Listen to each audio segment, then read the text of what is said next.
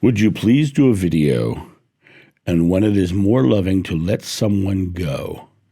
I've tried to have a relationship with someone who is emotionally empty, and I just can't do it anymore. When is it more loving to just let go? There is a lot to unpack in this question. And you probably heard me emphasize certain words. And it shows the futility of their experience, of their situation. Let's go back. I've tried to have a relationship with someone who is emotionally empty, and I just can't do it anymore. Well, that statement is very clear on several things. Tried is past tense, which means she has been trying and trying and trying and trying. Well, we all know trying is a futility. It's futile, because when you ask God for try, you get try. You get really good reasons to try. But the word tried with a D means she's done doing that. It's over. That's I'm done. She's already got a resolution in her head, right? Someone who is emotionally empty.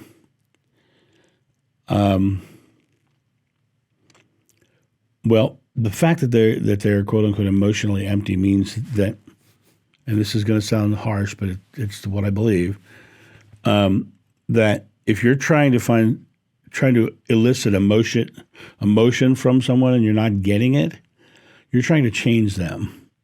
And that means either they're not loving you unconditionally or you're not loving them unconditionally, or both.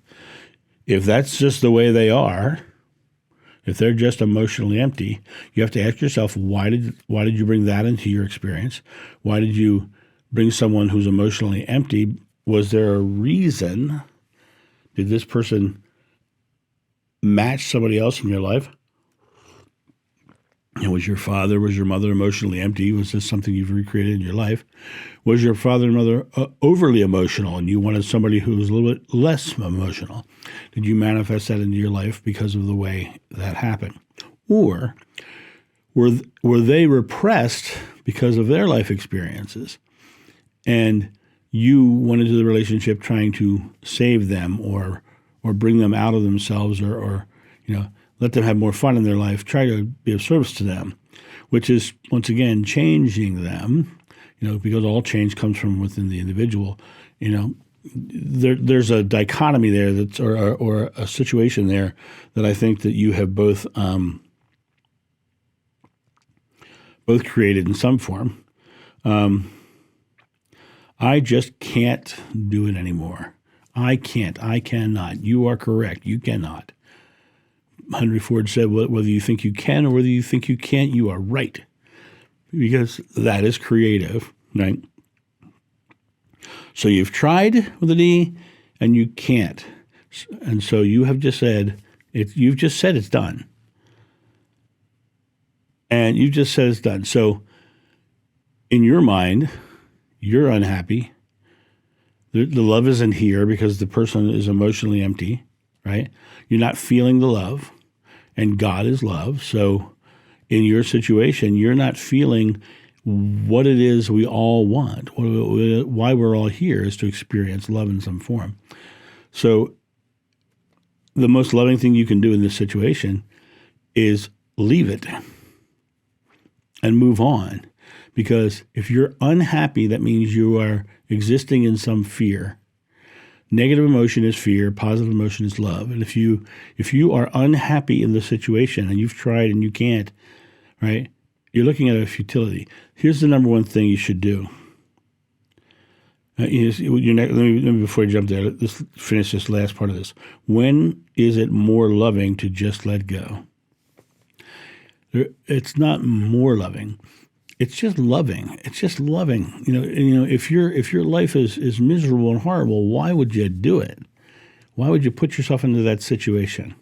If you're futilely trying to change someone to be something other, you're not focused on your own or your own love of self, your own, because you have given yourself a service to somebody else, whether they're accepting it or not. The choice of being there and doing that was yours. And it sounds harsh and strong, but it sometimes when we don't feel 100% within ourselves, within our own confidence, we latch onto others, hoping to make it the perfect and ideal situation or relationship. And when we latch onto those others, we create codependency. And your whole concept was dependency on them changing, which is a recipe for disaster.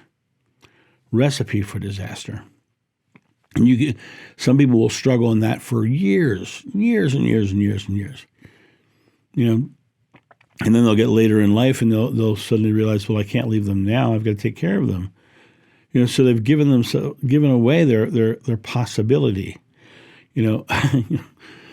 I've mentioned this many times. I've been divorced 3 times. And to give you a very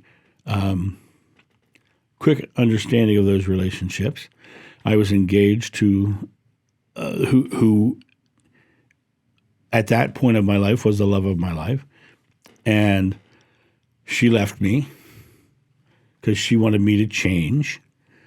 And I was doing everything I could to change, and I was in real turmoil because of it. And she didn't like what I was becoming because she liked me, and not what she was trying to change me to. She didn't realize that she liked me. Broke up. I went into an emotional turmoil over that, and was engaged within a year and to somebody else, and that relationship did not work. And in under a year, we were separated, and we were divorced not long after. And then the first person came back into my life, and the first woman came back into my life, and we got together, and we were married. We had my son, and so my first wife was a rebound from my second. So because I married her, the one who came back. So we were together for a long time. Once again, she was the love of that part of my life. And then things went south for lots of reasons, because once again, she was trying to change me into something that I was not. Her love was conditional. You will change, or I will not love you. I will go off and do my own thing. And I once again gave up myself and tried to go off and do everything I could to appease. And I was miserable, and I was having a really rough time because everything that I felt about myself was now being taken away, stripped away. And that was a very hard time for me. We broke up, got divorced, and I took about 4 years off and of dating or anything. I was not interested. And one day I decided I wanted to bring somebody into my life, and I brought somebody into my life again. And she was fun, she was pretty, she was spunky, and she was a complete and utter narcissist, and had, as her aunt said, had an interesting relationship with truth. We were together for 5 years, and it ended with just a complete split up. No kids, no. It was a very easy marriage to end because there was nothing really tied between us. And but the winning piece of knowledge that I learned from all 3 of my marriages was remain who you are, because no one can love you for you without you being you. If you're being what they want you to be, they're not going to love you for long. Because why'd they get together with you in the first place? Because they liked you. It's when they had started putting expectations, they started loving conditionally, that things went south. You have to love unconditionally. If you're involved with somebody, you have to love them for them and let them be them, because they are individuals. They are not something that you're both attached to. One person's not carrying the other. It's not the way this works. A healthy relationship are two people treating each other as friends, walking side by side in life and choosing to walk side by side. You want to walk like this, not like this, or sometimes even like this.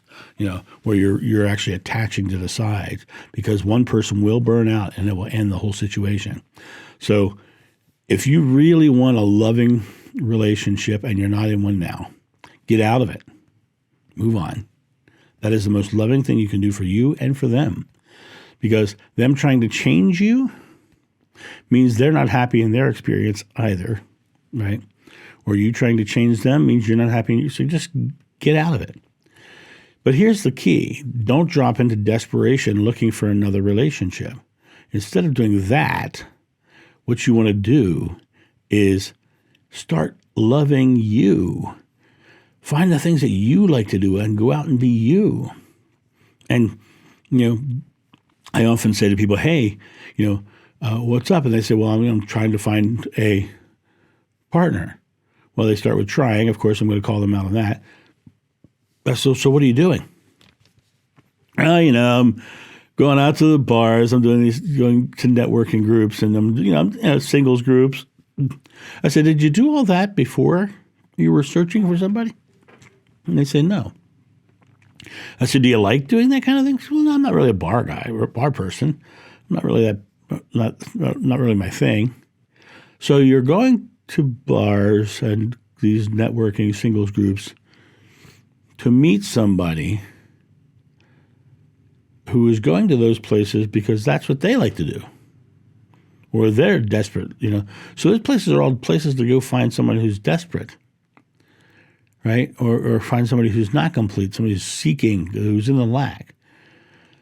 The smarter thing to do is lean into the things you like to do. If you like to bike, hike, things of that nature, start biking and hiking, or join groups that do that, and just start talking to people. Don't go looking for it.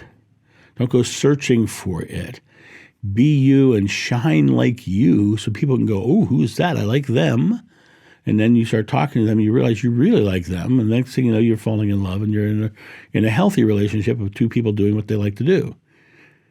That's the way relationships are supposed to build. They're not supposed to come out of desperation and need. I'm a 3-time divorcee who could very happily live the rest of his life on his own, who oftentimes thinks about getting into another relationship, but I'm not going to, in any way, shape, or form, live in the lack of one. That'd be nice. If it happens, it happens. The interesting thing is the 3 marriages that I've had were found just by doing the things I like to do. I did find 3 pretty interesting individuals to come into my life. But when that love became conditional, is where it fell to pieces. So when is it more loving to let someone go? When it's not loving. Then you have to go and create the love elsewhere. But start with creating the love in yourself first, and love of you first, and be you unconditionally. Don't judge yourself to a point of seeking something to make you whole. No relationship will ever make you whole. In fact, if you seek for a relationship that way, you will experience a relationship that shows you where you lack, because you're focused on that. Have a great day, guys, and I'll talk to you soon. See ya. Bye.